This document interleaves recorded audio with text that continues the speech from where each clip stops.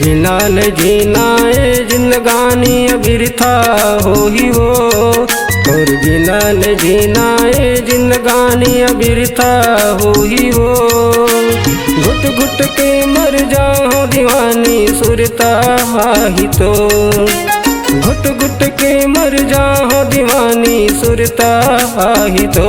गोरी वो सुरता ही वो, माँ कसम सुरता ही तो। तोर संगे न जियन देत जमाना काटा होगे मोर, तोर संगे न जियन देत जमाना काटा होगे मोर। घुट घुट के मर जाओ दीवाना सुरता ही तो, घुट घुट के मर जाओ दीवाना सुरता ही तो।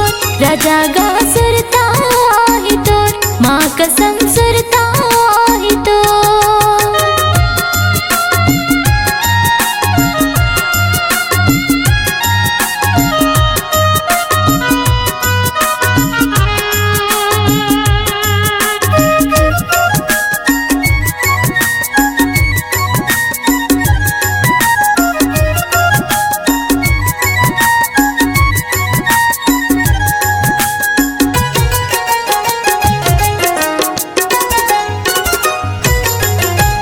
गली खोरे अंगना अटारी, कैसे भुलाऊं मैं संगवारी। भुलाए बर तय कसम खवाई, धर धर रोथ तैर दीवानी।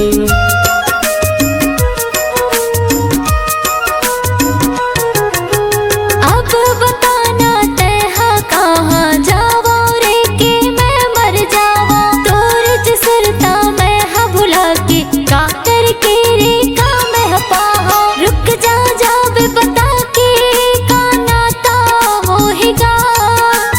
जा रे जा दूर से टाटा हो ही वो, घुट घुट के मर जाओ दीवाना सुरता ही तो, घुट घुट के मर जाओ दीवानी सुरता ही तो।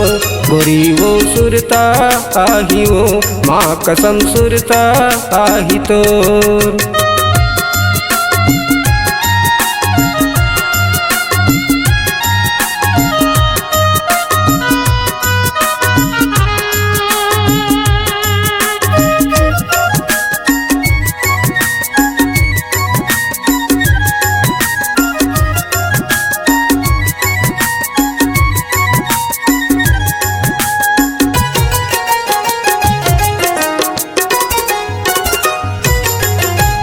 दिल से दुआ है रे संगवारी, जी ले जाया अपन जिंदगानी। सांस जब तक चल ही रे, नहीं करा मैं तोर बदनामी।